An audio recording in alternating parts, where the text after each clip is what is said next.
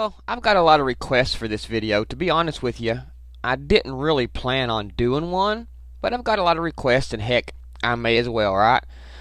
This is going to be just a few of my thoughts, mainly, on the new Apple Trackpad here. I really like this trackpad.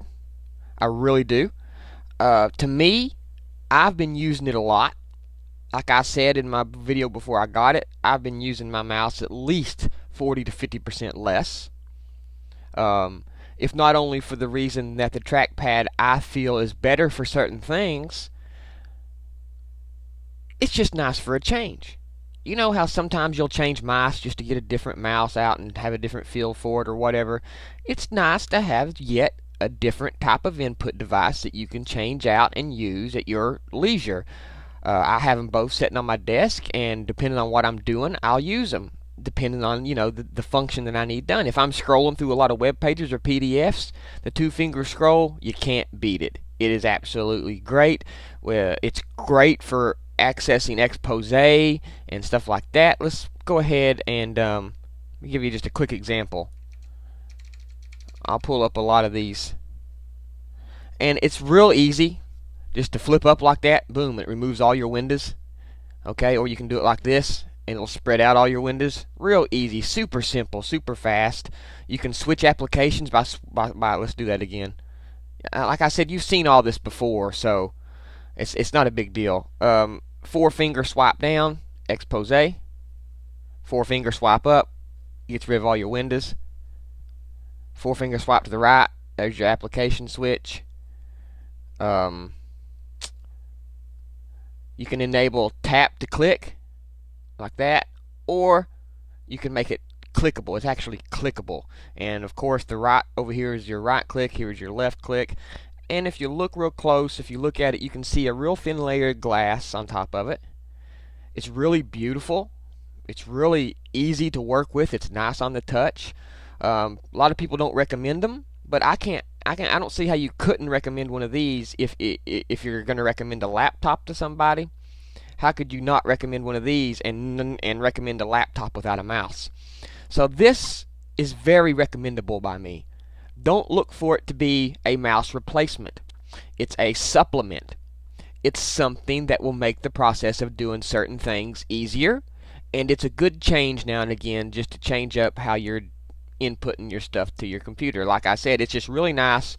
I have it sitting here on my desk, and I have my mouse too, and it's just super easy for expose. It's almost too easy to not use it, to just barely flip up with your fingers, instead of having to go down here to a hot corner or hit a keyboard shortcut. The trackpad is awesome just for gestures. Now, a lot of people I've been hearing are using the mouse for the pointer tracking, and then when they have them sitting side by side on their desktop, like so, okay, and they'll use their mouse for the pointer, okay, and if they want to access expose or something, they'll just come over real quick and swipe on the trackpad, and they'll just use the trackpad for pinching and zooming, scrolling through web pages.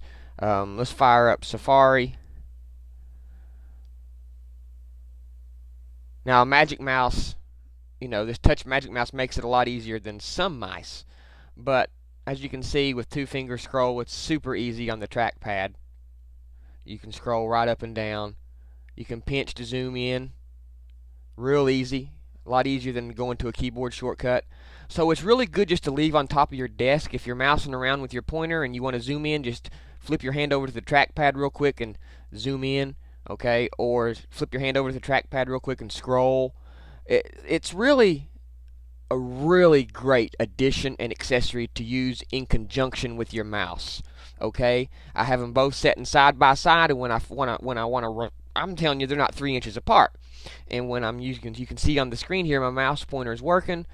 But to be repetitive, instead of going to a hot corner or use a keyboard shortcut, I'll just pick my hand up, move it 2 inches to the left, and use my swipe with my trackpad. It's that easy. That's why I like them being side by side. It's just a lot easier to use both of them than it is one single device. I'll use my mouse And then if I want to scroll through a web page, I'll scroll through a web page with my trackpad. I use them both, and now I can't go back to just one. I can't. The functionality between my trackpad and my Magic Mouse working together is just ultimate freedom.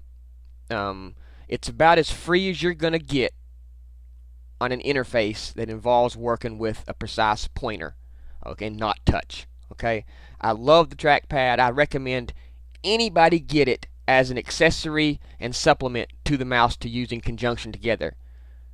Will you like it enough to replace your mouse completely? I doubt it. Okay, I really doubt it. We've been so programmed and trained to use a mouse over these past century almost, well, since whenever the mouse came out, a few decades ago by now, that our motor muscle memory and stuff like that is just, our muscle memory is just so used to using a mouse that I don't know if we're quite ready to totally do away with it yet. Okay, and for things like video editing and 3D, although you can get by with a trackpad probably if you had to, it's just not really suitable. It's better for a mouse. But when you put them both side by side on a desktop and use the gestures on the trackpad in conjunction with the precise way of moving your mouse with the mouse, or the precise way of moving your pointer with the mouse, you put them two together and you have a wonderful, wonderful experience as far as input method goes. And that's my take on it. I recommend one to everybody. I don't recommend it to replace the mouse. I recommend it to set beside your mouse and use the gestures and stuff to work with. It's completely awesome. And that's my take on the trackpad. Everybody got to get it. Is it expensive? No, it's not expensive because it's about the only one you're going to get right now. So considering the alternatives, no, I don't think it's that expensive. Now when somebody else comes out with one that's $30, then maybe you can say it's expensive. But right now I guess it's the going rate. The bamboo that you get from Wacom is really clunky. I'm not saying it don't work smooth, but it looks clunky. I don't have room for it on my desk. It matches nothing. But this is a work of art. A work of art. And I just can't explain to you the experience that it gives me to set it on my desk along with my mouse and use them together. Use my mouse for the pointer and use this for gestures like scrolling, zooming, expose. It's just awesome. It is just awesome. What else do I want to talk about? Blackberry had their event today, and let me go ahead and close out all these. Blackberry had an event today, and they let loose the Torch, T-O-R-C-H. I said Blackberry Torch? With this new touch interface, shouldn't it be Blackberry Touch? Wouldn't that make more sense? You spell Torch, T-O-R-C-H. You spell touch, T-O-U-C-H. So they've replaced the U with the R. I was saying on Twitter, I said that reflects their mentality. They took the U out because you don't matter and put the R in because that's all that matters. R, or them, I don't like it. God bless Blackberry. I hope they do well, okay, but I think the phone has the keyboard. It slides out, looks like a big black banana. When it's closed, it looks okay. The UI in certain elements is a complete rip-off of the iPhone UI. Other things are completely different. It's just a 360 by 480 or 480 by 360 screen. That's it. How can BlackBerry, such a company revolving around enterprise and business, expect me to do email and communicate on a 480 by 360 screen? Okay, now I understand that that's just the phone specs and the OS may be capable of a lot more than that. But why in the world did they not come out with a big, nice 3.5, 4-inch screen to display this new TouchBerry? That's what people should be calling it, TouchBerry.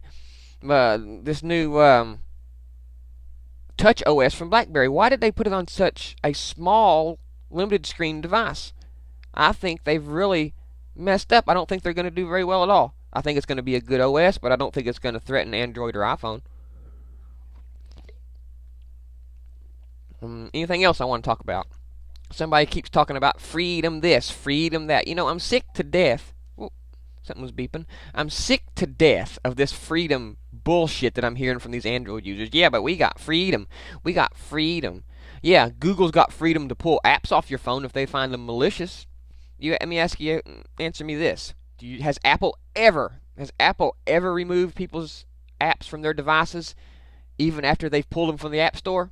Or found them malicious or whatever? I don't even know if they've ever found malicious apps on the App Store. No, they don't. If Apple removes somebody's app from their device, people would trip balls. But Google does it. But you know what? Google would not have to resort to removing applications off people's devices if they had an approval process, would they? If you're going to stipulate that, yeah, now if you got an app that we really dislike, we can remove it from the App Store and we can remove it from your people's devices. Well, shit, man, you might as well have an approval process then, because you got to okay it, right? Might as well make it official. That's what I'm saying. I mean, that's just bullshit right there. You can install what you want when you want. You know, you can install look at all the reports lately of viruses going around on Android, or malware or malicious apps stealing information on Android. I've already heard of bank applications being fraudulent and stuff, stealing people's information. If that's what comes along with freedom, or your so-called form of freedom, then I'll just stick to a dictatorship at Apple, because I know that I haven't got to worry about stupid, gimmicky shit like that. Okay? It really is a peace of mind, and I have all the freedom that I need. If Apple truly limited me in any way, I wouldn't use their platform. But what people are calling you don't have your freedom, well, it never encroaches on my freedom. There's so many apps in the App Store that I can do just about everything I want. I'm sure there's some apps that you can get that Apple won't approve, but if you want them, you can jailbreak your iPhone. There's all the freedom you want. You know, no need for an Android either way, is the way I'm looking at it. But freedom is relative. You know, my version of freedom is being able to be on the subway and rent a movie from iTunes, or be on a trip and purchase Clash of the Titans movie, or podcast, or ebooks, or audiobooks, or TV shows, or music. All in the now, iTunes ain't the only place, no, but it's the only place that syncs up with all my iDevices that I can get anywhere, anytime. iTunes is freedom within itself. iTunes on a smartphone is freedom, because I have all this entertainment right at my fingertips. And it's just, sure, there's Amazon, but it's not as fluid and it's not as easy as the Apple software is on iDevices. Being able to do this is freedom. Being able to shoot 720p video and edit it with iMovie and actually get a decent movie, that is freedom. That's what matters to me. Not being able to install any single app without Apple's approval. I could give a shit about that. I care about what really matters, okay? So I think this freedom is just a big fucking, mostly an illusion for people to hang on to, and as an excuse to not get an iPhone. I want freedom. I mean, is it just principle? Is it just principle? Because let me tell you something about freedom. Before the iPhone came around, there was no freedom. Carriers controlled what went on the phone. Carriers controlled the software that went on the phone. They controlled the content that went on the phone. They controlled everything. No other phone until the iPhone done what the iPhone is doing, okay? And what I mean by that is AT&T allowed the iPhone and Apple to put its own content in the phone. They allowed Apple to supply its own UI and its own operating system and supply its own content in future updates. They relinquished control of the phone to Apple. And before the iPhone, that was unheard of. Carriers controlled everything. So don't talk to me about choice. If it wasn't for Apple, you still wouldn't have any choice. And I choose to have a solid, stable, safe experience over an unsecure, unstable, and unsafe platform just because I can install anything I want without somebody's approval. To me, I think your all's priorities are skewed.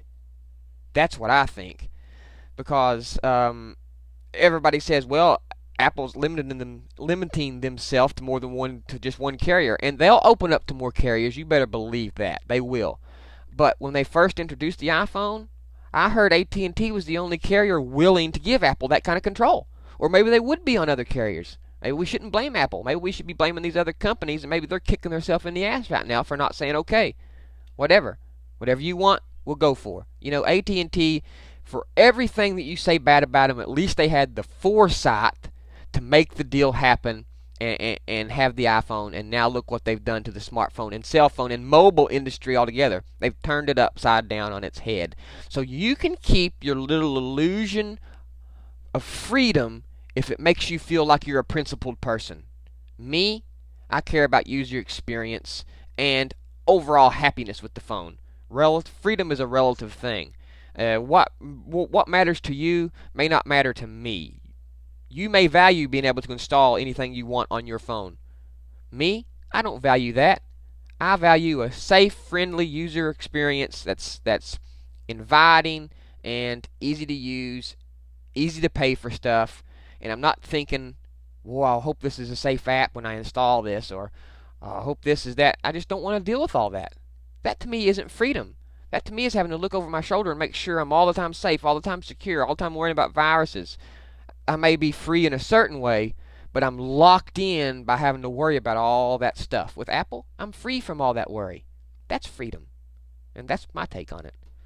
OS 10, brothers.